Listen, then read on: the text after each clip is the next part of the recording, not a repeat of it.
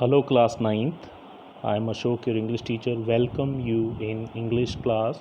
Today I will discuss the literary devices used in the poem Rain on the Roof along with textual questions. This is part 2. In part 1 I had discussed about the author, explained about the poem stanza wise. Today we will see the literary devices used in the poem stanza wise. So let us start with stanza 1, literary devices. So in the beginning we will discuss a rhyme scheme of the poem. So rhyme scheme is A B C B D E F E.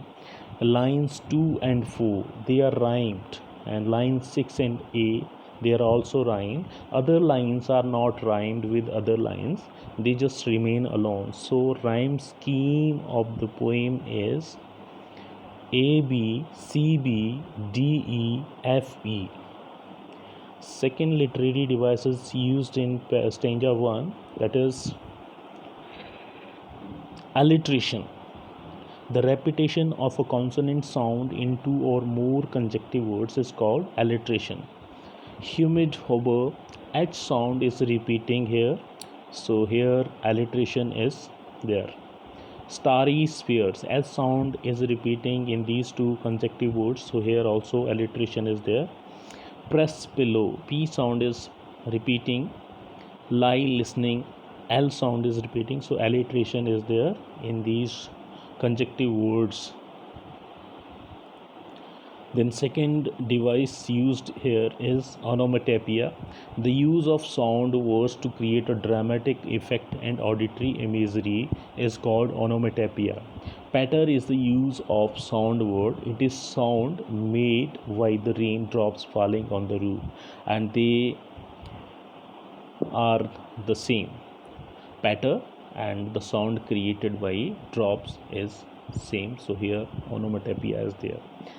Next device is personification. Personification is treating a non-living thing as a living being. So darkness has been personified when he says that it is sad in the poem. Transfer epithet, it is the next device used here, the use of an adjective with a noun when it refers to another noun. In melancholy darkness, the darkness is not melancholy, what it refers to the sad people, so here transferred epithet is there. Stanza 2, in stanza 2 alliteration is also there, and examples are given there. The repetition of a consonant sound in two or more consecutive words, you know this very well. Busy being, V sound is repeating here, so alliteration is there. Dear thread, the sound is repeating. Rain on the roof, R sound is repeating here, so here also alliteration is there. Onomatopoeia once again is used in the second stanza also by the poet.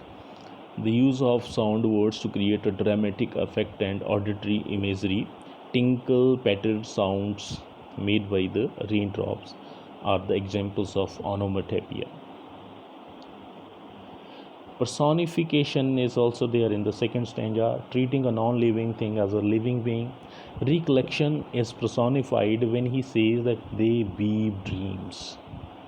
So recollection are personified here in the second stanza.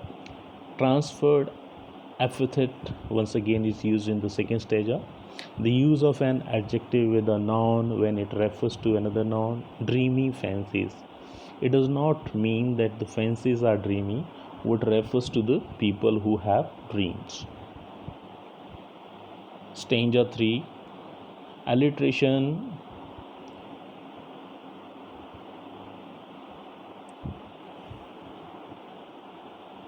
is there in this stanza also, the repetition of a consonant sound in two or more consecutive words. Now in memories comes my mother, M sound is repeating, so alliteration is there in this line. Darling dreamers, D sound is repeating, so alliteration is there in stanza 3 also, and these are some of the examples. Onomatopoeia, the use of sound words to create a dramatic effect and auditory imagery. Once again, patter sound is used here, and this is the perfect example of onomatopoeia, sound of raindrops falling on the roof. Now see, this is the summary of the poem. The poem Rain on the Roof talks about the poet's varied reactions to the sound of raindrops falling on the roof of his house. He says that the raindrops at night are like tears shed by the sad, dark night. He loves to lie in bed and hear rain falling on the roof of his room. Because it gets dark, gets back sweet memories of the past. He says that the sound of raindrops helps him fall asleep and gives him sweet dreams. He has memories of his loving mother who would put them to sleep. So this is the summary. Now questions and answer. What do the following phrases means to you? This is the first question, and the phrases are: humid shadows, starry spheres, what of bliss, 1,000 dreamy fancies into busy wings start, 1,000 recollections weave their air threads into blue. So one by one we will discuss the answers of these phrases. Humid shadows refers to the dark clouds which are full of water. Starry spheres refers to the sky at night time which is full of stars. Bliss means a blessing.